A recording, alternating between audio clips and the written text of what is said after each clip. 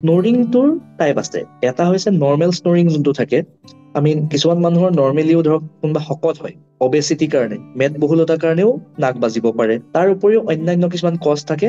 এটা কজ হৈছে মই ক'ম এনাটমিকেল ডিফৰ্মিটি, মানে আমাৰ নাকৰ শব্দ হোৱাটো, নাকৰ যদি আমাৰ হাড়ডাল বেকা থাকে বা যোনটো ফুটা থাকে সেইটো বেকা হোৱাৰ কাৰণে নেৰ' হৈ গৈছে, বা ভিতৰত আপোনাৰ মাংস বাঢ়ি আছে, বা ডিঙিত টনচিল বাঢ়ি আছে, তেতিয়াও নাক বাজিব পাৰে। থাৰ্ড আৰু এটা এন্টিটি আছে, সেইটো অলপ dangerous, that is called OSA। O mean obstructive, S mean sleep, A মানে এপনিয়া। এইকেইটা হৈছে টাইপ। আৰু বুজি মেইনলি আমি নাকৰ শব্দ হোৱাটোকে, কিন্তু অন্যান্য কিছুমান চিমটমছো আছে লগত।